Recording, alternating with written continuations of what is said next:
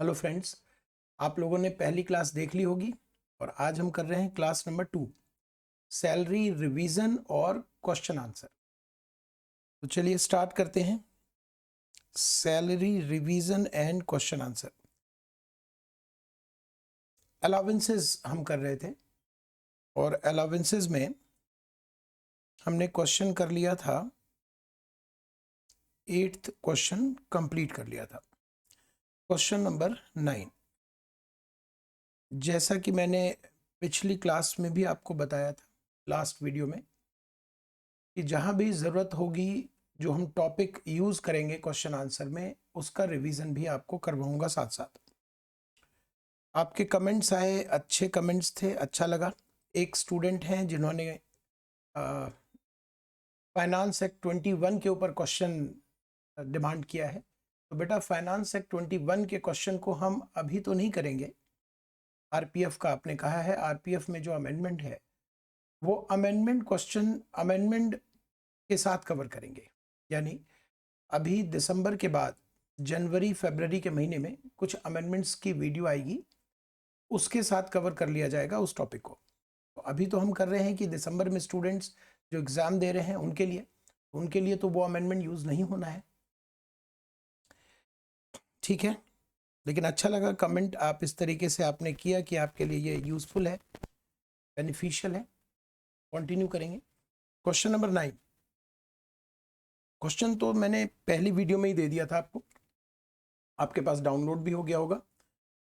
Question आप सामने रख सकते हो और मैं स्क्रीन पे भी आपको दिखाता हूँ। ये क्वेश्चन है क्वेश्चन नंबर 9, जिसमें basic salary, DA, education allowance, hostel allowance, medical, transport, servant, city compensatory, entertainment, assistant allowance, professional development allowance, bonus, commission और फीस, ये दिया हुआ है। ग्रॉस सैलरी पूछा जा रहा है। आप चाहें तो टैक्सेबल सैलरी भी निकाल सकते हो। 50,000 स्टैंडर्ड डिडक्शन दो, टैक्सेबल सैलरी आ जाएगी। वैसे इसमें ग्रॉस सैलरी पूछा जा रहा है। अब इस क्वेश्चन को देखिए, फॉर्मेट तो सैलरी में बहुत इजी है। फॉर्मेट तो बहुत इजी है, सैलरी में कुछ भी नहीं करना होता। सिंपली जो भी है आइटम, उसको आप मल्टीप्लाई 12 या जो भी नंबर ऑफ मंथ है सर्विस का, मल्टीप्लाई करें और आउटर कॉलम में लिखें। एग्जम्पशन वाले कॉलम को कैसे करते हैं? इनर कॉलम में लिखेंगे रिसीविंग अमाउंट, एग्जम्पशन लेस करेंगे और टैक्सेबल बाहर लिख देंगे। वो तो आसान है, मैं यहाँ पर साथ साथ करते जा रहा हूँ। बेसिक सैलरी 5,000 रुपये है, मल्टीप्लाई 12, 60,000। डीए 22,000 पर मंथ है, 50% कंसिडरिंग फॉर रिटायरमेंट बेनिफिट। इसे कई नाम से जानते हैं दोस्त, आप भी जानते हो, जिसे हम फॉर्मिंग पार्ट कहते हैं, रिटायरमेंट बेनिफिट्स के लिए कंसिडर्ड कहते हैं। ये चीज़ होती क्या है, आपने सुना होगा। ये चीज़ क्या होती है, ऐसा क्या मतलब है इसका? जब देखिए, आप रिटायर, कोई भी एम्प्लॉय जब रिटायर होता है तो उसके रिटायरमेंट बेनिफिट्स कैलकुलेट होते हैं। कौन कौन से? जैसे प्रोविडेंट फंड, जैसे पेंशन, जैसे ग्रेच्युटी, जैसे लीव इनकैशमेंट। इन सभी कैलकुलेशन में जब सैलरी यूज किया जाता है, रिटायरमेंट बेनिफिट्स की कैलकुलेशन में जब सैलरी यूज किया जाता है तो बेसिक सैलरी ली जाती है। डीए लिया जाता है या नहीं लिया जाता, ये डिपेंड करता है एम्प्लॉयमेंट के टर्म्स पे। अगर एम्प्लॉयमेंट का टर्म्स कहता है कि DA is the forming part of salary for the purpose of computing retirement benefit, इतना लंबा लाइन है, ये लंबी सी लाइन को हम शॉर्ट करके लिखते हैं कंसीडर्ड फॉर रिटायरमेंट बेनिफिट, या कहीं लिखा होता है फॉर्मिंग पार्ट ऑफ सैलरी। इसका यही मतलब है, ठीक है। फिलहाल इस क्वेश्चन में इसका क्या उपयोग है? इस क्वेश्चन में इसका कोई उपयोग नहीं है। क्यों? क्योंकि इस क्वेश्चन में एचआरए का क्वेश्चन नहीं है। ये एचआरए को छोड़कर लिखा हुआ है। आज एचआरए भी यूज करेंगे बेटा, बढ़िया बढ़िया क्वेश्चन है। तो एचआरए का तो क्वेश्चन है नहीं है, इसलिए इस डीए में फॉर्मिंग पार्ट मेंशन करने का कोई मकसद नहीं पूरा होता। एक तो एचआरए में यूज होता है, एक रेंट फ्री अकोमोडेशन में यूज होता है, फिर ग्रेच्युटी में, लिव इनकैशमेंट में, ऐसा कुछ भी यहाँ नहीं है, ठीक है। चलिए, तो डीए जो भी है टोटल 2,000 रुपये है, मल्टीप्लाई 12 कीजिए, 24,000। एजुकेशन अलाउंस है 1,000 रुपये पर मंथ, मल्टीप्लाई 12, 12,000। इसको मैं इनर कॉलम में लिखता हूँ, इस तरफ लिखता हूँ 12,000। अब इसमें हम एग्जम्पशन की बात करते हैं। क्या लिखा हुआ है, एक बेटा है और 3 बेटी है, 4 बच्चे हैं। अब मैं जल्दी से क्या करूंगा, 1,000 डिवाइडेड बाई 4। क्यों, मैंने लास्ट वीडियो में बताया था कि अगर 100 रुपये से कम मिल रहा हो तो कम ही एग्जम्पशन दी जाएगी। फिलहाल तो ये 250 रुपये है, तो कोई दिक्कत की बात नहीं है। आप 100 रुपीज़ की जो एग्जम्पशन वैल्यू है वो यूज़ कर सकते हैं 2 बच्चों के लिए, और टैक्सेबल पार्ट आ जाएगा 12,000 माइनस 2400, 9,600, 9,600। इसके बाद नेक्स्ट देखते हैं क्या है, हॉस्टल अलाउंस 2,000 पर मंथ दिया जा रहा है। अच्छा दोस्त, ये 1,000 रुपये पर मंथ जो आपने देखा, ये 1,000 रुपये पर मंथ पर चाइल्ड नहीं है, तो ये चारों बच्चों के लिए माना जाएगा। उसी तरह हॉस्टल अलाउंस 2,000 पर मंथ है, पर चाइल्ड नहीं है, तो चारों बच्चों के लिए माना जाएगा। आगे लिखा है कोई भी बच्चा हॉस्टल नहीं जाता। मैंने लास्ट वीडियो में बताया था इसका कोई मतलब नहीं है, बच्चे होने ज़रूरी हैं। अब वो स्कूल जाए ना जाए, हॉस्टल जाए ना जाए, एग्जम्पशन आपको देनी होती है। कितनी एग्जम्पशन देते हैं बताइए आप? चिल्ड्रन हॉस्टल अलाउंस की एग्जम्पशन 300 देते हैं पर मंथ 2 बच्चों तक, तो 300 पर मंथ पर चाइल्ड अप टू 2 चिल्ड्रन। कितना हो जाएगा बताइए? ये हो जाएगा 24,000 रुपये माइनस 4,800।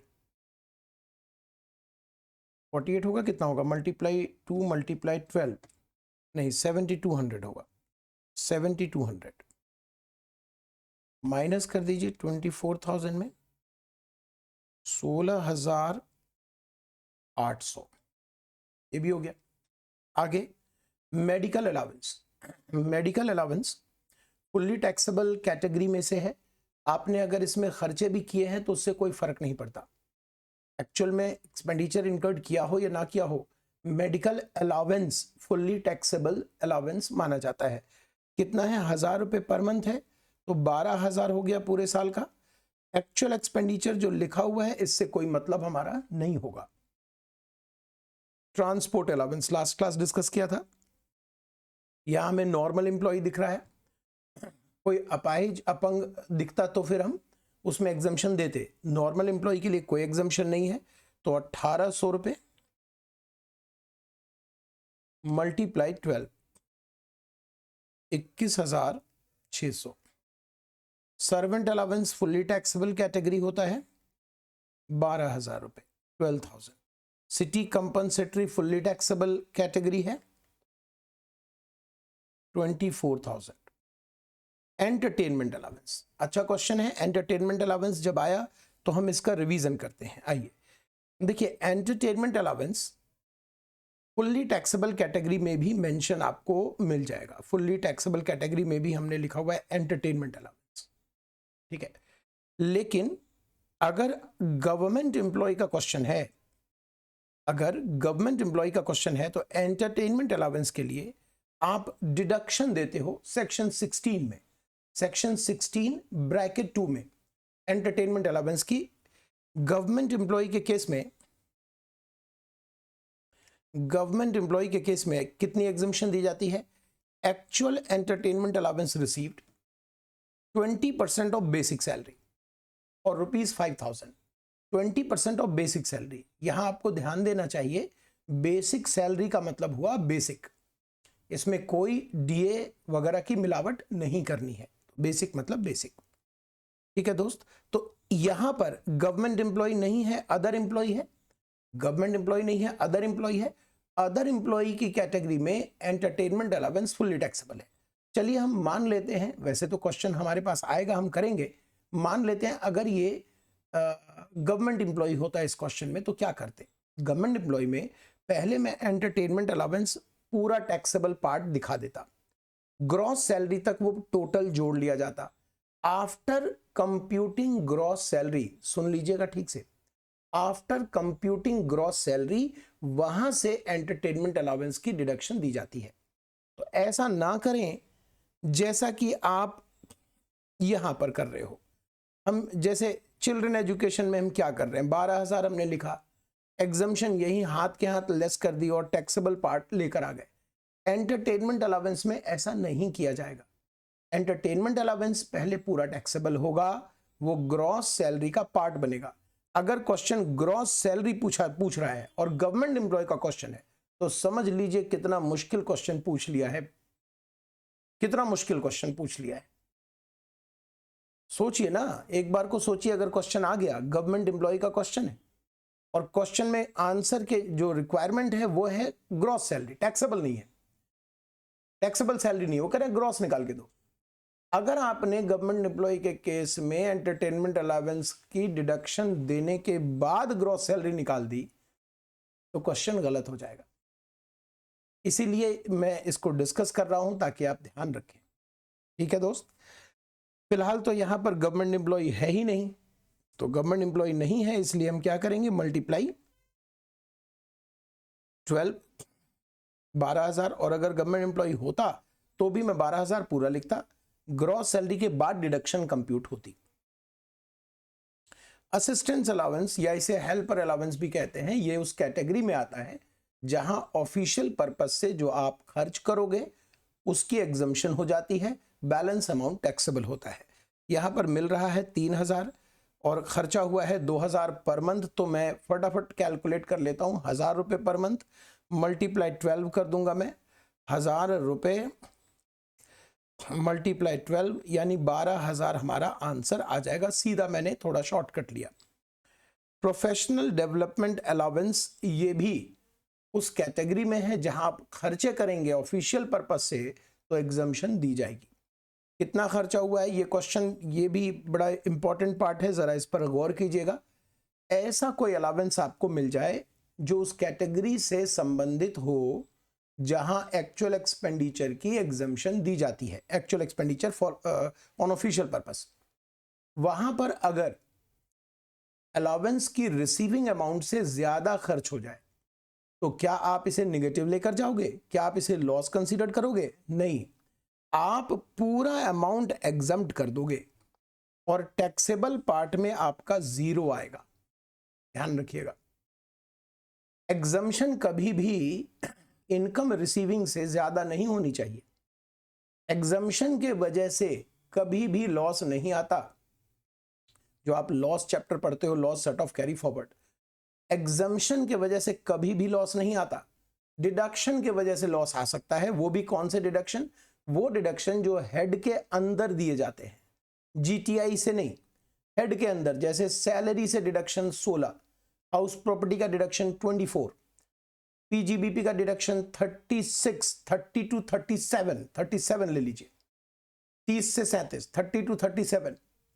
जो ये एग्जम्पशंस आप पढ़ते, डिडक्शंस आप पढ़ते हो, हेड वाइज डिडक्शन, उस हेड के अंदर डिडक्शंस के वजह से अगर लॉस आ जाए तो ठीक है, अदरवाइज लॉस नहीं आता। तो एग्जम्पशन कभी इनकम से ज्यादा नहीं होगी, इसलिए यहां पर आप टैक्सेबल पार्ट में 0 लिखोगे। क्लियर है ये? बोनस पूरा 24,000 है तो आपको कुछ करने की जरूरत नहीं, फिर भी मैं लिख देता हूं, 9,000 पूरा लिख देता हूं, 5,000 पूरा लिख देता हूं, और लीजिए सर ये कंप्लीट हो गया। अब हम इसकी कैलकुलेशन कर लें, 60,000, 24,000, 9,600, 16,800, 12,000, 21,600, 12,000, 24,000, 12,000, 12,000, 24,000, 9,000,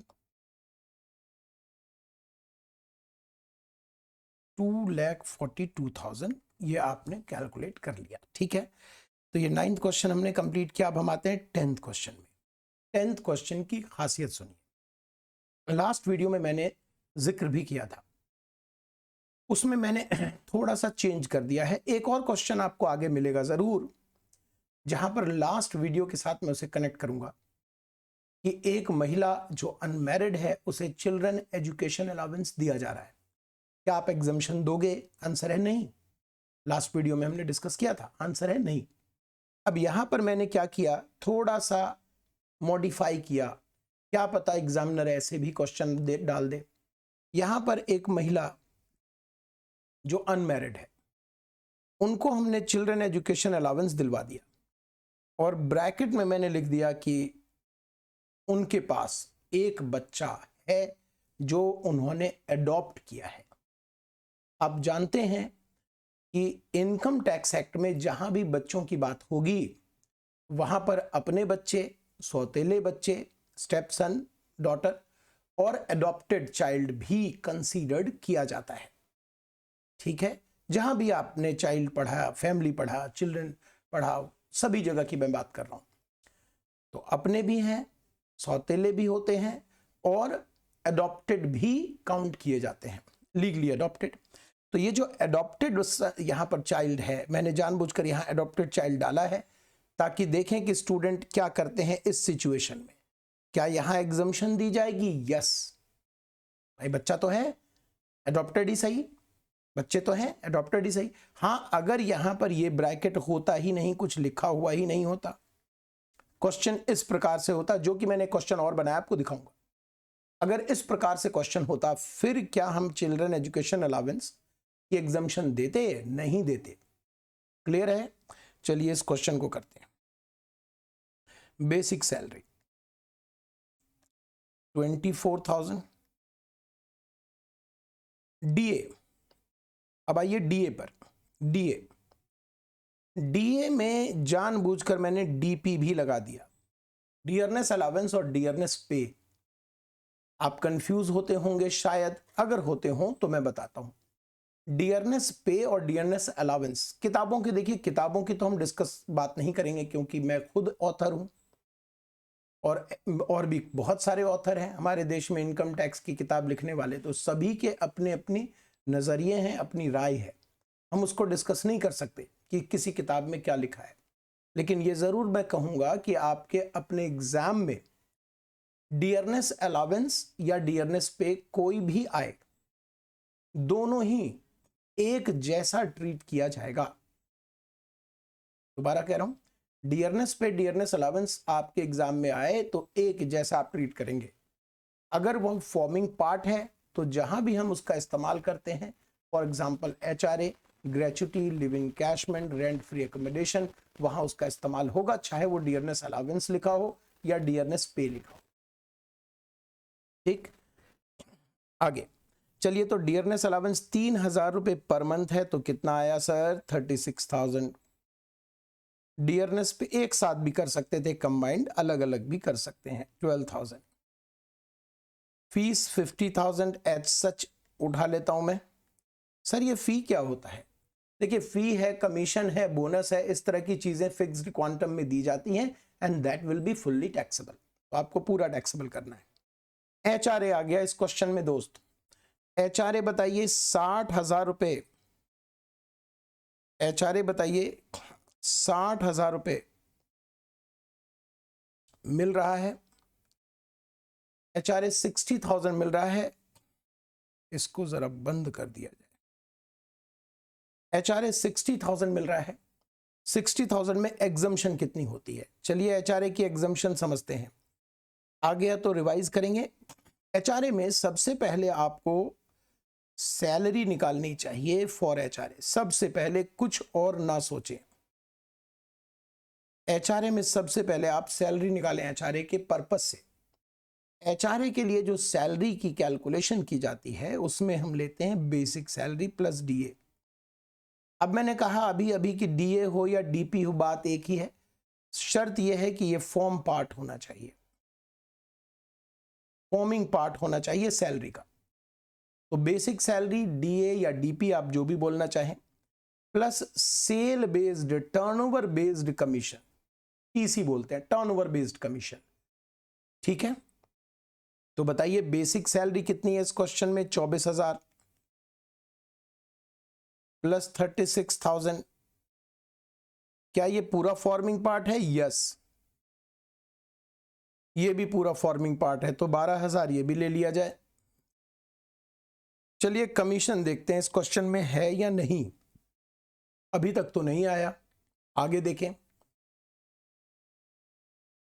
अभी तक नहीं आया, कहीं नहीं है कमीशन, कहीं नहीं है कमीशन। तो चलिए कमीशन नहीं है तो आगे हम लेते हैं, इसके आगे ये हमारी सैलरी हो गई। टोटल करें अमाउंट,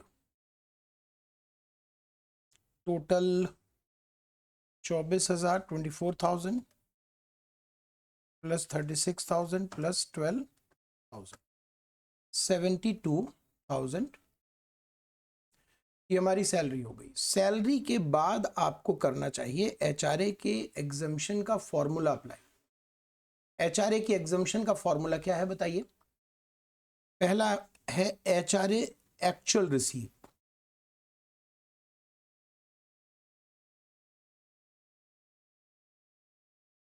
दूसरे में हम लेते हैं 40% या 50% ऑफ सैलरी। कौन सी सैलरी? जो हमने अभी अभी निकाली है, इस सैलरी को लेंगे। और तीसरे में हम लेते हैं rent paid, actual rent paid minus 10% of salary. कौन सी सैलरी? जो अभी अभी हमने कैलकुलेट की। ठीक, जैसे पहले अमाउंट में लिखेंगे हम एचआरए एक्चुअली रिसीव्ड, वो कितना है? एचआरए एक्चुअली कितना रिसीव कर रहे हैं आप? 60,000। दूसरे में आप लिखेंगे 40 या 50% ऑफ सैलरी। 40 कब, 50 कब? मेट्रोपॉलिटन सिटी दिल्ली, मुंबई, कलकत्ता और चेन्नई, 4 महानगर, अगर यहां रेंट पे किया जाता है, ध्यान से सुनिए मैं क्या कह रहा हूं, अगर 4 महानगर में किराया पे किया जाता है, रेंट पे किया जाता है, तो 50% लेंगे, अदरवाइज 40 लेंगे। ध्यान रखना, आगे हम आज ही डिस्कस करेंगे कि एक व्यक्ति एम्प्लॉई दिल्ली में रह रहा है, दिल्ली में जॉब कर रहा है और गुड़गांव में रेंट पे कर रहा है, गुरुग्राम वहां रेंट पे कर रहा है, या नोएडा में रेंट पे कर रहा है, गाजियाबाद में रेंट पे कर रहा है, रेंट पे कर रहा है, मतलब वहां से वो ऑफिस कन्वे करता है। रेसिडेंस कहाँ रखा है? नॉन मेट्रोपॉलिटन सिटी में, और जॉब कहाँ कर रहा है? वो दिल्ली में कर रहा है। जैसे मान लेते हैं कि कोई पुणे में रहता है और बॉम्बे में, मुंबई में जॉब करता है। ऐसी परिस्थिति में आप 40% लेते हो या 50% लेते हो? आंसर है, जहां रेंट पे कर रहे हो वो अगर 4 महानगर है, दिल्ली, मुंबई, कलकत्ता, चेन्नई, तो 50% ऑफ सैलरी अप्लाई होगा, अदरवाइज 40% अप्लाई होगा। ठीक है, तो बताइए यहां क्या अप्लाई करेंगे आप? बताइए, कोलकाता 50% अप्लाई करेंगे तो कितना होगा? 36,000। 72,000 का 50%। रेंट एक्चुअल में कितना पे कर रहा है? 4,000 पर मंथ, यानी 48,000 का रेंट पे है एक्चुअल में, माइनस 10% ऑफ सैलरी 7,200।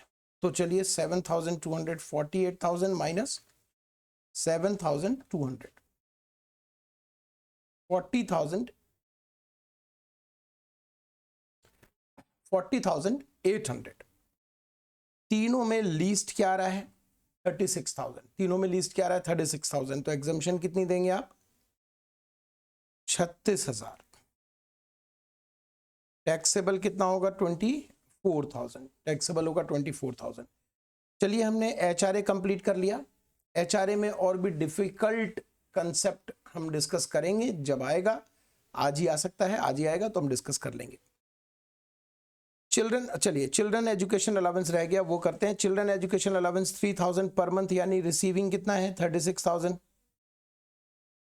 एक बच्चा है, ये डिस्कस हम आज कर चुके हैं अभी, तो 1,200 रुपये लेस कर दीजिए भाई, सीधा 1,200 ही लेस होगा 36,000 से, तो 34,800 कितना आएगा? 34,800। इसके बाद 12,000, ये क्या है भाई? Children allowance. लास्ट वीडियो में हमने डिस्कस किया था चिल्ड्रन अलाउंस फुली टैक्सेबल होता है, तो चिल्ड्रन अलाउंस आ गया। हॉस्टल अलाउंस में एक बच्चा है, ऊपर मेंशन है, तो एक बच्चे के हिसाब से आपको हॉस्टल अलाउंस में एग्जम्पशन देनी पड़ेगी 300। बचा कितना? 1,700 मल्टीप्लाई 12, ऐसे भी कर सकते हो ना। तो 1,700 गुने में 12, 20,400। ध्यान रखेंगे हमें ये सारी चीजें उठानी है, लास्ट में जोड़ते समय गड़बड़ ना हो जाए, है ना। कर तो मैं भी लाइव ही रहा हूं ना, दिक्कत आ सकती है। हो गया ना, कुछ छूटा तो नहीं? आप सामने होते तो बता देते। चलिए, ड्रेस अलावेंस। ड्रेस अलावेंस क्या है सर? भाई ड्रेस अलावेंस तो पता नहीं क्या है, इतना पता है कि ड्रेस अलावेंस की एग्जम्पशन हमने नहीं पढ़ी, यूनिफॉर्म अलावेंस की एग्जम्पशन पढ़ी है। और यूनिफॉर्म जो है वो ऑफिस पर्पस से होता है, और ड्रेस तो जो आप और हम पहनते हैं, पहने हैं, वो ड्रेस होता है, वो यूनिफॉर्म तो नहीं है। इसलिए ड्रेस अलावेंस फुल्ली टैक्सेबल में आएगा। तो एक्चुअल एक्सपेंडिचर से कोई फर्क नहीं पड़ता, ड्रेस अलावेंस 60,000 पूरा टैक्सेबल होगा। भाई 5,000 के हिसाब से 12 महीने का 60,000 रुपये। यूनिफॉर्म अलावेंस, चलिए आ गया, एग्जम्पशन दी जाती है। ये उस कैटेगरी में आता है जहां आप एग्जम्पशन उतना पाते हो जितना आपने ऑफिस पर्पस से खर्च किया। ऑफिस पर्पस से आपने खर्च कितना किया? 1,000। तो 2,000 में 1,000 लेस कर दीजिए, डायरेक्ट मैं कैलकुलेट कर देता हूं दोस्त, उम्मीद है आप समझ गए होंगे। 12,000 रुपये। टिफिन अलावेंस या लंच अलावेंस, कुछ भी आप बोल सकते हो, that would be fully taxable 12,000। Education allowance for her own education. अब ये क्या मुसीबत है सर? ये मुसीबत नहीं है। देखिए, अगर ये फैसिलिटी होती तो अलग ट्रीटमेंट होता। अगर ओन एजुकेशन के लिए कोई एम्प्लॉयर फैसिलिटी देता है एम्प्लॉई के एजुकेशन के लिए, तो उसकी एग्जम्पशन, उसकी वैल्यूएशन हम कह सकते हैं परक्विजिट्स की अलग तरीके से हम कैलकुलेट करते हैं, वो भी हम डिस्कस करेंगे, क्वेश्चन है हमारे पास। लेकिन ये अलावेंस है। तो ओन एजुकेशन की अलावेंस का क्या मतलब है? मतलब होता है ये उस कैटेगरी में फॉल करेगा, ये उस कैटेगरी में फॉल करेगा, जैसे पीछे आपने एक अलावेंस देखा, development allowance, professional development allowance, यही देखा था ना, अभी आज ही देखा है शायद, ये रहा प्रोफेशनल डेवलपमेंट अलावेंस। ये इस कैटेगरी में फॉल करता है। जैसे एक और आपको मैं बताता हूं अलावेंस, रिसर्च अलावेंस, वो भी इसी कैटेगरी में फॉल करता है। इन अलावेंसेस का पर्पस है कि एम्प्लॉय ये पैसा ऑफिस पर्पस से खर्च करे, मतलब कि एम्प्लॉय जो पढ़ाई करे उसका उपयोग वो एम्प्लॉयमेंट में करे। इसलिए इसे हम एग्जम्पशन की कैटेगरी में रखते हैं, और एग्जम्पशन हम उतनी देते हैं जितना एक्चुअल एक्सपेंडिचर इनकर्ड होता है। कितना हुआ जी? 1,500 रुपये। तो 500 के हिसाब से आप डायरेक्ट निकाल सकते हो 6,000। डन। अब आपको सैलरी निकालनी है टैक्सेबल, तो पीछे तो हमने जोड़ ही रखा है, इसे एक बार और जोड़ लेते हैं। 24,000, 36,000, 12,000, 50,000, 24,000, 34,800 प्लस 2,400 प्लस 60,000 प्लस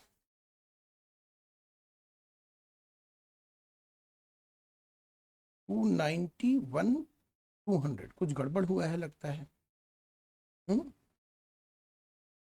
मैं एक बार रीचेक कर लूं। 24,000, 36,000, 12,000, 50,000, इसके बाद आपने ले लिया 24,000, 24,000 के बाद आपने ले लिया, ओ ये रह गया 12,000, और जोड़ लेता हूं मैं डायरेक्ट, 3,03,200। करेक्ट। तो ये देखिए आंसर हमारा आ गया। इसमें आप स्टैंडर्ड डिडक्शन अगर 50,000 लेस कर देते हो तो टैक्सेबल सैलरी भी आएगा, राइट। ठीक है, तो ये था हमारा 10th क्वेश्चन। अब इस 10th क्वेश्चन को डिस्कस आगे बढ़ने से पहले एक चीज इसमें और डिस्कस कर लेता हूं मैं।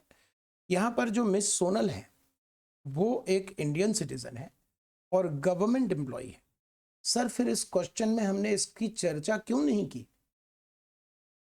जब भी कुछ ऐसा होता, जैसे इस क्वेश्चन में एंटरटेनमेंट अलावेंस होता, इस क्वेश्चन में ग्रेच्युटी दी गई होती, लिव इन कैशमेंट पेंशन दिया गया होता,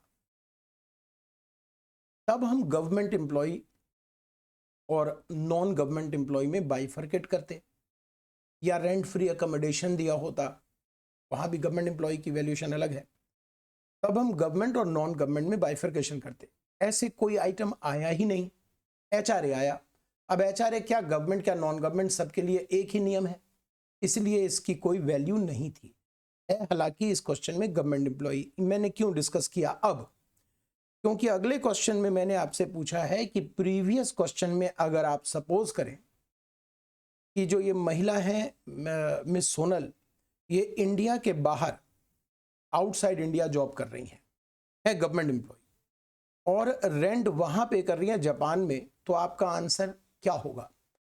अब स्टूडेंट का व्यू होता है कि रेंट जापान में पे कर रही है, सर रेंट तो दिया नहीं क्वेश्चन में, चलो रेंट नहीं दिया तो अज्यूम्ड कि वही रेंट है, सर लेकिन ये तो रुपीज में है, जापान में तो येन में चलेगा, कुछ कंफ्यूजन हो गया सर। देखिए दोस्त, दरअसल ये क्वेश्चन सेक्शन 10(7) से बिलोंग करता है। आइए सैलरी चैप्टर, और यहां आपने अलावेंसेस के साथ पढ़ा होगा, आपने अपनी बुक में भी आप देखेंगे तो जरूर मिलेगा वो। अलावेंसेस के साथ आपने पढ़ा होगा फुल्ली एग्जम्प्टेड अलावेंस, और ये है वो, देखिए जरा क्या, as per section 10(7) any allowance और एनी परक्विजिट्स, गौर कीजिएगा, ना सिर्फ अलावेंस बल्कि परक्विजिट्स भी, allowed outside India by government to Indian citizen for rendering service outside India, for rendering service outside India is fully exempt from tax। तो बताइए क्या इनके सारे अलावेंस एग्जम्प्ट हो जाएंगे? जो पीछे आपने अलावेंसेस देखे वो सारे एग्जम्प्ट हो जाएंगे, ये सारे एग्जम्प्ट हो जाएंगे, सब कुछ एग्जम्प्ट हो जाएगा। तो बचेगा क्या? Basic salary. क्या सर फीस भी एग्जम्प्ट हो जाएगा? फी अलावेंस नहीं है, फी है, कमीशन है, बोनस है, वो अलावेंसेस नहीं है, दैट विल बी टैक्सेबल। तो फिर क्या सर, ये फिर ये अलावेंस है, ये भी अलावेंस है, ये भी सर ये सब अलावेंस तो टैक्सेबल वाला भी होता था, इसमें सब कुछ एग्जम्प्ट है इनके लिए। ड्रेस अलावेंस, यूनिफॉर्म अलावेंस, सोचना ही नहीं है, सारे अलावेंसेस एग्जम्प्ट है। तो बचा क्या सर? बेसिक सैलरी और फी, सिर्फ ये सर, बिल्कुल सिर्फ ये। तो देखिएगा आंसर, बेसिक और फी, और उसके साथ gross salary, standard deduction and taxable salary. Done? ठीक है, ऐसे क्वेश्चन भी उम्मीद कर सकते हैं आप एग्जाम में, बिल्कुल। Question number 12, mister Rajkumar, basic salary, dearness allowance, commission, motor car for personal use expenditure made by employer, ये क्या है सर? सर ये तो परक्विजिट्स है, ये तो परक्विजिट्स हैं सर। तो ये परक्विजिट्स यहां दिया हुआ है, दिया हुआ है। रिक्वायरमेंट तो मैंने अभी पढ़ा नहीं क्वेश्चन में, देखते हैं क्या है रिक्वायरमेंट। है परक्विजिट्स, आएगा तो हम रिवीजन करेंगे, चिंता ना करें। उसके बाद क्या है? एचआरए, 900 रुपये पर मंथ, 900 रुपये per month HRA. Find out the amount of HRA eligible for exemption, सिर्फ एचआरए की एग्जाम्शन पूछी जा रही है क्वेश्चन में। मैंने आपको सबसे पहले कहा था कि जब एचआरए कुछ करना हो तो एचआरए के लिए सैलरी जरूर निकाल लें सबसे पहले। ये सैलरी सैलरी शीट की नहीं है, ये सैलरी एचआरए वाली है। एचआरए की सैलरी में बेसिक सैलरी ली जाती है, डीए लिया जाता है जो फॉर्मिंग पार्ट, और सेल बेस्ड या टर्नओवर बेस्ड कमीशन लिया जाता है। बेसिक सैलरी यहां 36,000 है, देखिएगा मैंने 36,000 कैसे लिया, क्लियर है। डीए के बारे में ऊपर तो नहीं लिखा, नीचे पढ़ लेते हैं। नीचे मिल गया मुझे ये लाइन, डीए फॉर्मिंग पार्ट है, तो डीए भी ले लेंगे। डीए कितना है? 7,200। अब आपकी चिंता जो मन में आपको सता रही है, हम उस पर आते हैं। क्या है वो चिंता? सर चिंता ये है कि डीए में अगर कुछ नहीं लिखा होता तो क्या करते? ये सबसे ज्यादा कंफ्यूजिंग टॉपिक होता है स्टूडेंट में, कि डीए सर क्लियर लिखा हो तो समझ आता है, ना लिखा हो तो हम परेशान हो जाते हैं सर। देखो दोस्त, दो बातें हैं। डीए में जो लिखा है वो सुप्रीम है, क्वेश्चन में जो लिखा है वो सर्वे सर्वा है, वही मानना है। नॉट फॉर्मिंग लिखा है तो नॉट फॉर्मिंग, फॉर्मिंग लिखा है तो फॉर्मिंग, उसे हम बदल नहीं सकते। बात तब आती है कि डीए में अगर कुछ भी नहीं लिखा है, अगर डीए में कुछ भी नहीं लिखा है तो दो बातें हैं। एक एग्जाम ओरिएंटेड क्या होना चाहिए और दूसरा नॉलेज पर्पस से क्या होना चाहिए। एग्जाम के व्यू पॉइंट से आप क्या पढ़ें और एक नॉलेज पर्पस से। नॉलेज पर्पस अलग बात हो जाती है भाई, हाँ, हर जगह नॉलेज और एग्जाम ओरिएंटेड एक ही बात है। कहीं कहीं पर ये विचार, ये दो जो विचारधाराएं हैं वो डिफर कर जाता है। नॉलेज अपनी जगह हो जाता है और एग्जाम में क्या करना है वो अपनी जगह हो जाता है। तो हम आज डिस्कस करेंगे एग्जाम में क्या करना है। क्यों? अब ये दूसरी क्लास आप क्वेश्चन आंसर की कर रहे हो, नॉलेज के चक्कर में यहां कंफ्यूजन क्रिएट हो गया तो ठीक है, नॉलेज वाली बात भी हम डिस्कस करेंगे जरूर। अगर आप इस तरीके से अप्रिशिएट करते रहे वीडियो को, ज़्यादा से ज़्यादा स्टूडेंट्स व्यू कर पाएँ, उनका बेनिफिट हो सके, उनके कमेंट्स आएँ, तो हमारे लिए यही है और कुछ भी नहीं। तो मैं सब जितने भी वीडियो हैं क्वेश्चन आंसर के वो कंप्लीट करूँगा सैलरी में। बाकी टॉपिक भी करवा दीजिए, वो सब देखो बेटा, जो मेरे लिए पॉसिबल है वो तो हम कर ही रहे। देखते हैं जो मिल रहा है पहले उसको हम देखें, बाद में जो नॉलेज वाला थियरी है, नॉलेज के व्यू पॉइंट से डीए में अगर साइलेंट है डीए तो हमें क्या करना चाहिए, वो एक दूसरी बात है, वो हम फिर कभी जरूर डिस्कस करेंगे। लेकिन अभी हम क्या करें डिस्कस, अगर डीए में कुछ ना दिया हो तो क्या करें एग्जाम के लिए, ठीक है? कुछ ना दिया हो तो जो दिल करे वो करें, जो आपका दिल करे वो करें और वो लिखें। सर डीए में कुछ नहीं दिया इसलिए हमने डीए को फॉर्मिंग पार्ट माना है, पूरा फॉर्मिंग माना है, आप उसे लिखें, एग्जामिनर गलत नहीं करेगा क्वेश्चन। सर अगर हम लिखते हैं कि डीए नॉट फॉर्मिंग हम मानते हैं, कुछ नहीं लिखा तो नॉट फॉर्मिंग मानते हैं, वो भी चलेगा, क्योंकि एग्जामिनर के पास दो आंसर जाता है कि अगर, वैसे एग्जाम में होता नहीं, अब पहले कभी हुआ करता था, अब नहीं होता, अब एग्जाम बहुत क्लियर कट है। एग्जाम में स्पेशली मेंशन करेंगे कि डीए फॉर्मिंग है या नहीं है, लेकिन मान लीजिए नहीं करते तो क्लियर आपको मेंशन करना है कि हमने ये माना, और वो आंसर सही होगा, क्योंकि दो आंसर एग्जामिनर के पास होता है, अगर बच्चे ने फॉर्मिंग मानकर किया हो तो ये, नहीं मानकर किया हो तो ये। तो आपको इसमें कोई चिंता नहीं करनी, एग्जाम के लिए तो बहुत क्लियर है, जो दिल करे वो करें। मैं पर्सनली क्या सजेस्ट करता हूं, जब मैंने कहा दो में से कुछ भी कर सकते हैं तो पर्सनली सजेस्ट करने की क्या बात है। मैंने कहीं कहीं क्वेश्चन में फॉर्मिंग मान लिया है, कहीं कहीं नहीं माना है, जहां भी जो भी माना है वो मेंशन है। फिलहाल तो क्वेश्चन मैंने कोशिश किया कि हर जगह मेंशन करके दूं, जैसे यहां मेंशन है किया हुआ डीए फॉर्मिंग पार्ट है। तो डीए ले लिया मैंने। कमीशन देखिए यहां फिक्स है, ये तो नहीं लेंगे, फिक्स कमीशन, सेल बेस्ड होता तो लेते। क्या हम सैलरी शीट बना रहे हैं? नहीं, हम एचआरए की एग्जामिशन के लिए सैलरी की कैलकुलेशन कर रहे हैं। तो इसमें सिर्फ दो ही आइटम आएगा क्या सर? जी, सिर्फ दो ही आइटम आएगा। तो दो आइटम को जोड़ लीजिए, कितना होगा ये तो वैसे ही कैलकुलेट कर लेंगे, 43,200।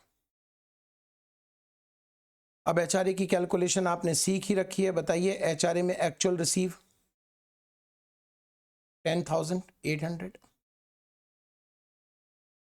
शहर कानपुर 40%,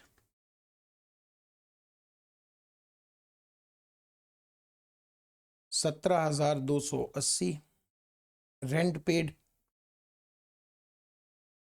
12,000 माइनस 10% ऑफ सैलरी, ये सैलरी आ गया ना 10% इसका।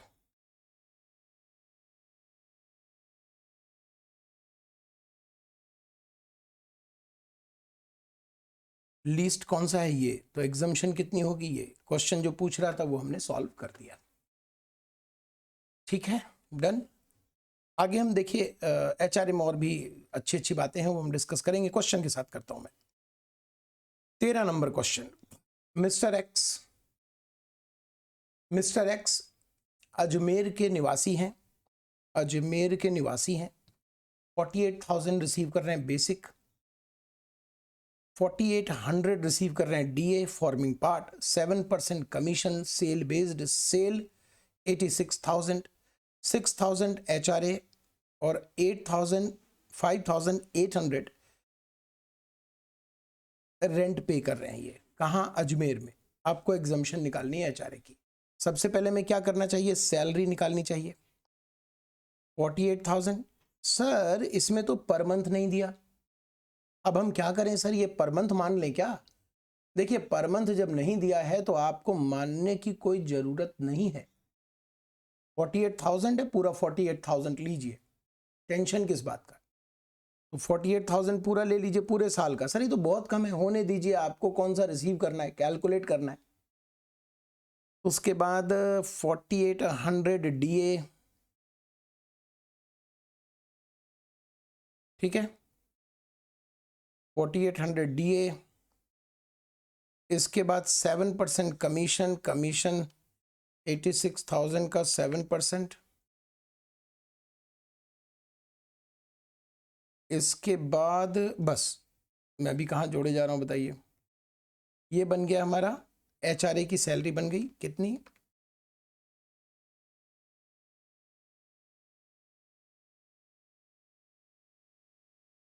ठीक है। अब हम लेते हैं HRA की एग्जम्पशन। सबसे पहले हम HRA रिसीव लेते हैं, वो 6,000 है। क्योंकि अजमेर में है तो हम क्या करेंगे, इसका 40% ले लेंगे, ठीक है। अब रेंट पेड कितना कर रहे हैं हम, 5800 माइनस इसका 10%। अब जरा देखिए, ये मैं डिस्कस करना चाहूंगा HRA में। HRA में जब लास्ट वाला कॉलम जो rent paid minus 10% of salary का होता है, अगर वो निगेटिव आने लगे, जैसे इस क्वेश्चन में निगेटिव आने लग गया, रेंट पेड ये रहा और 10% ऑफ सैलरी ज्यादा है तो वो निगेटिव आने लगा। जब निगेटिव आने लगे तो क्या करें? निगेटिव आने लगे तो हमें निल लिखना पड़ेगा, क्योंकि कानून HRA की एग्जम्पशन का ये कहता है कि क्या व्यक्ति अपने 10% सैलरी के ऊपर रेंट पे कर रहा है, तो तीसरे का आंसर है नो, नहीं कर रहा। सैलरी के 10% से क्या ऊपर रेंट पे कर रहा है, आंसर है नहीं नहीं नहीं कर रहा। तो ऐसे व्यक्ति को एग्जम्पशन नहीं दी जाएगी। देखिए वो भी वही सही आया, 0। मैं लैंग्वेज वाइज बता रहा हूं, और एक है फॉर्मूला, तो फॉर्मूला भी निल आ रहा है, और लीस्ट में क्या आएगा, निल, तो निल ही एग्जम्पशन होगी, तो एग्जम्पशन कुछ नहीं मिली, पूरा टैक्सेबल आ गया। वैसे अगर हम भाषा में देखिए, फॉर्मूला नहीं भाषा लिखा हुआ है कानून में, तो भाषा यह है कि एक व्यक्ति को HRA की एग्जम्पशन पाने के लिए यह जरूरी है कि वो अपनी सैलरी के 10% से ज्यादा रेंट पे करे, और सर रेंट पे ही ना करे तो एग्जम्पशन नहीं मिलेगी।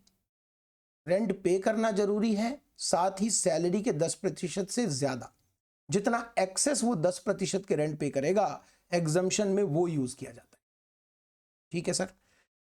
चलिए, तो ये भी हमने निपटा डाला। अब आते हैं 14 नंबर क्वेश्चन में, HRA में सबसे डिफिकल्ट क्वेश्चन, और मैं करवाऊंगा और आपसे उम्मीद करूंगा, क्योंकि आप तैयारी अच्छी कर रहे हैं, आप भी चाहेंगे कि आपके हाथों से भी प्रैक्टिस हो। वैसे तो मुझे क्लास में होमवर्क देना चाहिए, लेकिन मैं क्लास जैसा ही पढ़ा रहा हूं, ये मानकर कि आप स्टूडेंट मन से पढ़ रहे हैं, दिल से पढ़ रहे हैं, वीडियो देख रहे हैं, तो थोड़ा सा मैं होमवर्क भी दूंगा, चलेगा ना? करके देखो ना, थोड़ा कॉन्फिडेंस आएगा। पर्पस क्या है आपका, आप वीडियो का पर्पस क्या है? पर्पस है कि आपके अंदर सैलरी में जो भी छोटे छोटे डाउट्स रह गए हों वो क्लियर हो जाए, कॉन्फिडेंस बिल्ड हो। तो उसके लिए आपको खुद से भी करना पड़ेगा। एक तो मैं ये डिफिकल्ट वाला करवा रहा हूं।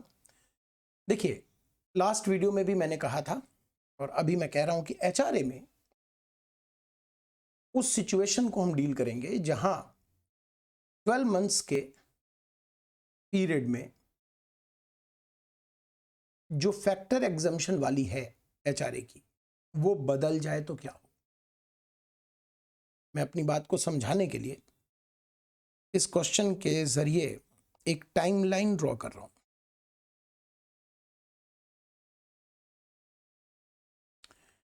देखिए, ये 20-21 का है, वैसे ये 21-22 में भी यूज होगा। ये जो जितने क्वेश्चंस हम कर रहे हैं वो 20-21 प्रीवियस ईयर के लिए भी है और 21-22 के लिए भी है, फर्क तो है नहीं। 21-22 में सिर्फ RPF में फर्क आ जाता है, और वो भी एक हाई लेवल का फर्क है, स्टूडेंट लेवल पे ज्यादा फर्क नहीं है, मोटा अमाउंट है, वो भी हम डिस्कस करेंगे, अभी नहीं, ठीक है। तो 20-21 के लिए है, तो 20-21 में ये हमने 6 महीने बांट दिए, ये हमने क्वार्टर बांट दिया, और ये हमने 12 महीने का पूरा एक टाइम फ्रेम तैयार कर लिया। अप्रैल, मई, जून, जुलाई, अगस्त, सितंबर, अक्टूबर, नवंबर, दिसंबर, जनवरी, फरवरी, मार्च। बेसिक सैलरी दी गई है क्वेश्चन में, चलिए हम भी लिख लेते हैं। बेसिक सैलरी 5000, डीए दिया गया है, चलिए हम लिख देते हैं 2000, एचआरए दिया गया है 4000, और रेंट दिया गया है, एक्चुअल में जो पे कर रहे हैं 4000 पुणे में। यहां से पहला चेंज हुआ 1 जुलाई, 1 जुलाई से बेसिक सैलरी 1000 रुपये बढ़ गई, तो इसका मतलब हुआ कि ये रहा जुलाई, यहां से बेसिक सैलरी 5000 कर दी गई, और इसका मतलब इसके पहले बेसिक सैलरी कितनी थी? 4000 पर मंथ। दूसरा परिवर्तन आया 1 अक्टूबर से, आप कलकत्ता शिफ्ट हो गए, रेंट सेम रहा, पहले पुणे थे, यहां तक के 1 अक्टूबर यानी यहां से यहां तक, इस पीरियड में जब आप एचआरए की एग्जम्पशन निकाल रहे हो तो यहां 40% का यूज करना है, 40%, लेकिन इसके बाद वाले पीरियड में आपको यूज करना पड़ेगा 50%, क्योंकि आप यहां पर कोलकाता शिफ्ट हो गए। ठीक है, यहां पर आप कोलकाता शिफ्ट हो गए, डन। इसके बाद रेंट सेम रहा, इसलिए कोई और फर्क नहीं पड़ेगा। 1 जनवरी यहां से आपने अपना मकान खरीदा और वहीं रहने लग गए, इसका मतलब रेंट नहीं पे कर रहे आप इन 3 महीनों में। दोस्त, अगर रेंट नहीं पे कर रहे इन 3 महीने में, नो रेंट, तो ये 3 महीने तो आप भूल ही जाओ, एग्जम्पशन ये तो मिलनी ही नहीं है। फिलहाल हम इसको दूसरे ढंग से डिस्कस करें, पहले हम नॉर्मल डिस्कशन लेते हैं। दोस्त, अगर एचआरए में एग्जम्पशन आपको निकालनी है तो एक तो एचआरए, सैलरी, रेंट और शहर, ये 4 फैक्टर आपके लिए जरूरी होता है। एचआरए, सैलरी, रेंट और शहर, सिटी। इनमें से कोई भी फैक्टर 12 महीने में अगर बदल जाए तो जिस पीरियड में ये कांस्टेंट रहे, आपको एचआरए की एग्जम्पशन उतने दूर की अलग से सेपरेट निकालनी है। यानी मैं अगर बोलूं तो मैं ऐसे बोल सकता हूं कि मुझे 3 महीने के लिए एचआरए एग्जम्पशन अलग निकालनी पड़ेगी। ये मानकर कि क्वेश्चन 3 महीने का है, ये मानकर कि पूरा साल 3 ही महीने का है। 12 महीने निकालते हो, वैसे 3 महीने निकालेंगे। क्यों? क्योंकि यहां पर एक फैक्टर बदल गया, बेसिक सैलरी। नेक्स्ट 3 मंथ फिर मुझे सेपरेट निकालनी होगी, क्योंकि यहां पर ये 3 महीने कांस्टेंट रहा, बेसिक, डीए, एचआरए, रेंट, शहर। फिर यहां से शहर बदल गया तो फिर मुझे चेंज करना पड़ेगा ये 3 महीना। और मान लीजिए यहां से वो रेंट अपने मकान में नहीं जाता, रेंट बढ़ा देता, तो फिर इस लास्ट के 3 महीने के लिए मुझे अलग निकालनी होती। वैसे अभी भी मैं लास्ट के 3 महीने निकालूंगा, इजी है निकालना लास्ट के 3 महीने, क्योंकि रेंट ही नहीं है तो एग्जम्पशन क्या मिलेगा भाई? 0। लेकिन अगर रेंट होता तो मुझे इन 3 महीने का अलग, यानी आप ऐसा समझ लीजिएगा कि एचआरए के 1 प्रश्न नहीं है, 4 प्रश्न है। इस क्वेश्चन को अगर हम देखें तो एचआरए के 4 क्वेश्चन आप कर रहे हैं। पेशेंस रखिएगा एग्जाम में, घबराइएगा नहीं, क्योंकि जब इतना कॉम्प्लिकेटेड होता है क्वेश्चन तो बाकी चीजें इजी देते हैं। तो घबराइएगा नहीं, आप ऐसा मानिएगा कि भाई ये वैसे 1 क्वेश्चन हम करते हैं एचआरए की, 3 क्वेश्चन, 4 क्वेश्चन कर रहे हैं। पहले 3 महीने की एचआरए की एग्जम्पशन कैसे निकालेंगे? सब कुछ वैसे ही रखेंगे। मान लीजिए मैं निकाल रहा हूं अप्रैल, मई, जून, 3 महीने के लिए। तो मैंने आपको कहा था कि एचआरए के एग्जाम्पशन में पहले सैलरी चाहिए, तो सैलरी ले लीजिए। सैलरी 5,000 रुपये है, 3 महीने का कितना हुआ? 15,000। सैलरी 5,000 है तो 3 महीने का कितना हो गया? 15,000 हो गया। अब आते हैं हम डीए। सर डीए के बारे में कुछ नहीं लिखा, सच में? हाँ सर कुछ नहीं लिखा, बताओ। देखो जी, कुछ नहीं लिखा तो जो दिल करे मान लो। फिलहाल मैंने इस क्वेश्चन में फॉर्मिंग पार्ट मान लिया, तो आप नॉट फॉर्मिंग मान के चलोगे आंसर चेंज आएगा, कोई बात नहीं, फॉर्मिंग मान लिया। चलिए, तो फॉर्मिंग मान लिया तो 3 महीने का 6,000, 21,000 रुपये तो हमने निकाल ली सैलरी 3 महीने की। 3 महीने की सैलरी हमने निकाली 21,000, ठीक है। क्यों? क्योंकि 3 महीने की एचआरए निकालनी है। अब 3 महीने का एचआरए निकालूंगा कैसे? पहले एचआरए का अमाउंट लिखूंगा। एचआरए है 4,000 रुपये, तो 3 महीने का कितना हुआ एचआरए? 12,000। पुणे में है, 40% लूंगा। 40% किसका? सैलरी का। सैलरी कहाँ है? ये रहा 21,000। 3 ही महीने की सैलरी लेनी है क्योंकि मैं एचआरए 3 महीने की ही निकाल रहा हूं। 21,000 का 40% 8,400। और तीसरा फैक्टर क्या होता है? Rent paid minus 10% of salary. Rent कितना है पेड? 4,000। 3 महीने का कितना है? 12,000। बोल बोल के, मन में ही बोलना, लेकिन बोल बोल के करना, गलती नहीं होगी। 12,000 माइनस कितना? 10% ऑफ सैलरी 2,100। कितना हो गया जी? 9,900। कैसे निकाला सर आपने ये? 3 महीने का रेंट लिया ना। 3 महीने का रेंट 4,000 रुपये रेंट है, तो 3 महीने का 12,000 और 10% ऑफ सैलरी ले लिया। अब इन तीनों में जो लीस्ट है वो एग्जम्प्ट है, तो बोलिए लीस्ट क्या है इन तीनों में? 8,400। तो एग्जम्पशन कितनी मिलेगी? 8,400। 3 महीने की एग्जम्पशन हमने कर ली।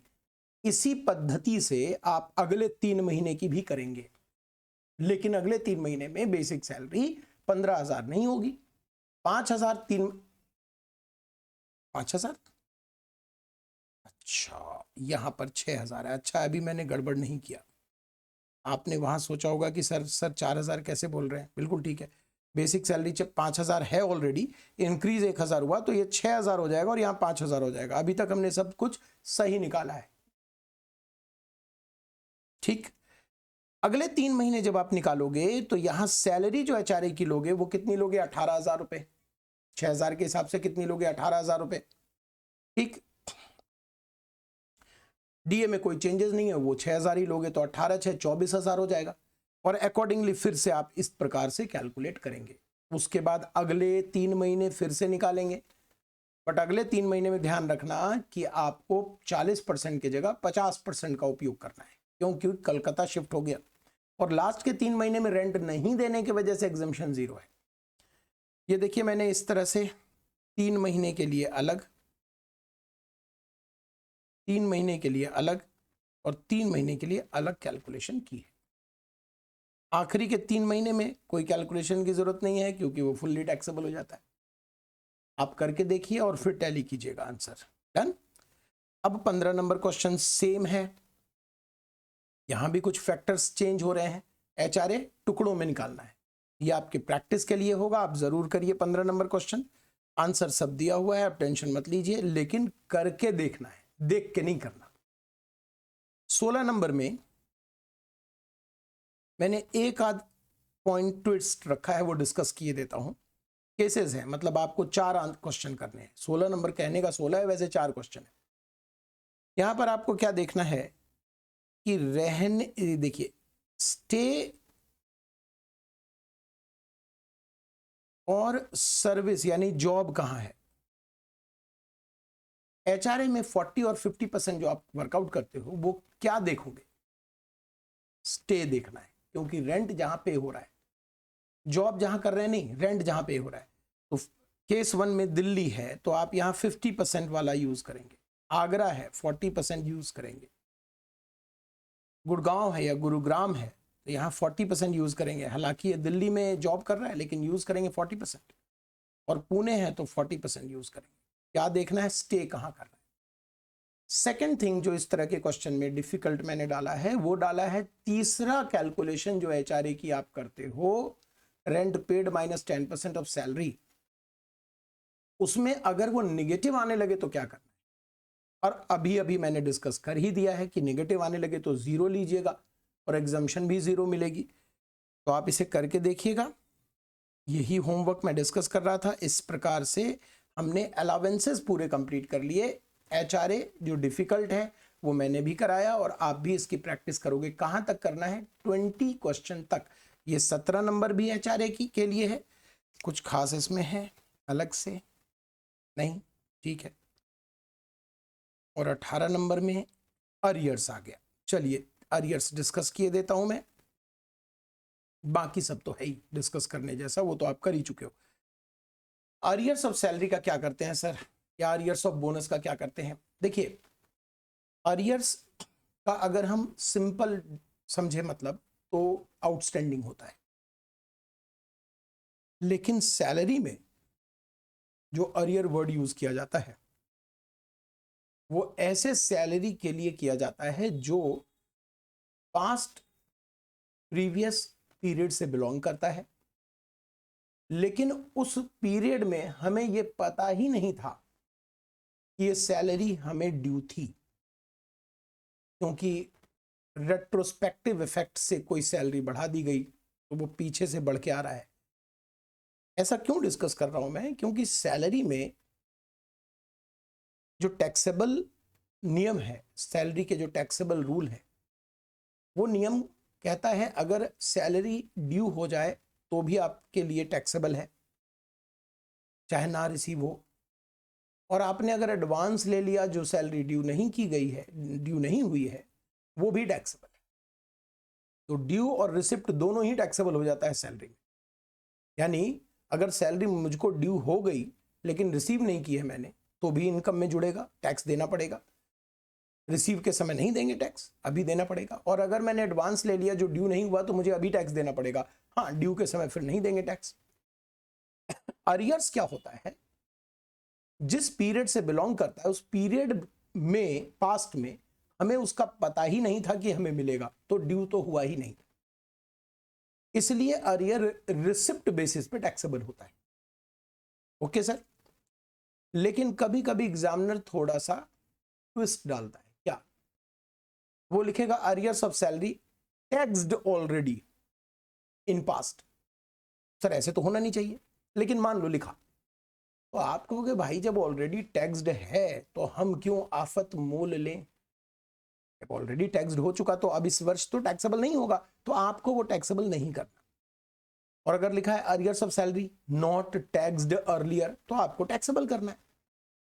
सर मान लीजिए सिर्फ अरियर्स ऑफ सैलरी लिखा हो, कुछ आगे नहीं लिखा हो, तो अरियर्स ऑफ सैलरी जो सैलरी के लैंग्वेज में ली जाती है वो ऑलवेज ली जाती है नॉट टैक्स्ड अर्लियर। तो अगर कुछ ना लिखा हो तो अज्यूम्ड नॉट टैक्स्ड अर्लियर, और उसे इस बार टैक्सेबल करना है।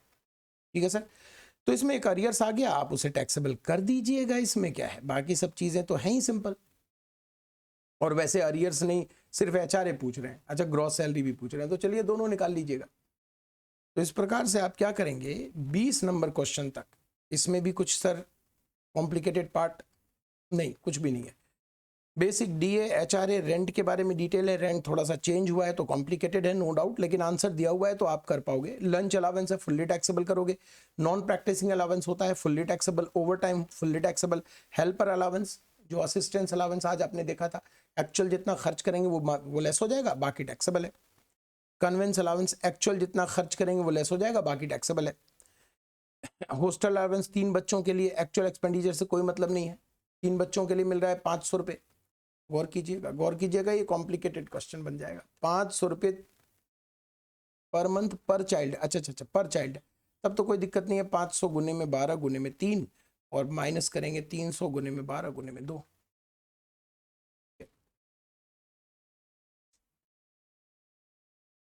और ये एक 20वां क्वेश्चन। 20वां क्वेश्चन में गवर्नमेंट एम्प्लॉई है और आपको टैक्सेबल सैलरी निकालना है और एंटरटेनमेंट अलावेंस दिया हुआ है। क्या मजा क्वेश्चन में। क्या बताया था आज मैंने, एंटरटेनमेंट अलावेंस पहले तो टैक्सेबल कॉलम में आएगा, ग्रॉस सैलरी का हिस्सा बनेगा। उसके बाद ग्रॉस सैलरी में से डिडक्शन अंडर सेक्शन 16(2) में लेस किया जाएगा। कितना लेस किया जाएगा बताइए, कितना लेस करेंगे? एक्चुअल अमाउंट 5,000 रुपये और 20% of basic. Actual entertainment allowance 5,000 रुपये और 20% ऑफ बेसिक। यहां पर ध्यान रखिएगा सैलरी में बेसिक लेना है, सिर्फ बेसिक बेसिक। ठीक, तो ये देखिए मैंने कैसे किया होगा इसको। 20वें क्वेश्चन में हम सिर्फ एंटरटेनमेंट अलाउंस देख लेते हैं। ये देखिए पहले मैंने इसको सीधा आउटर कॉलम में दिखाया, उसे मैंने ग्रॉस सैलरी का हिस्सा बनाया और यहां पर एंटरटेनमेंट अलाउंस की डिडक्शन वर्कआउट की। कहाँ की भाई? यहां पे की। तो सब कुछ साफ साफ है, आप एक बार जरूर कीजिए। 20 नंबर तक मैं मानूंगा कि हमने कंप्लीट कर लिया। नेक्स्ट वीडियो में इसके आगे कंटिन्यू करते हैं। अब रिटायरमेंट बेनिफिट्स वगैरह आना चाहिए, शायद आ गया जी। Gratuity, pension, leave encashment. तो आप थोड़ा सा इसकी पहले प्रैक्टिस करें। जो नेक्स्ट टॉपिक हम करने जा रहे हैं थोड़ा रिवीजन कर पाए तो और भी बढ़िया है। पढ़ते रहिए, मिलते हैं नेक्स्ट वीडियो में। Okay, bye.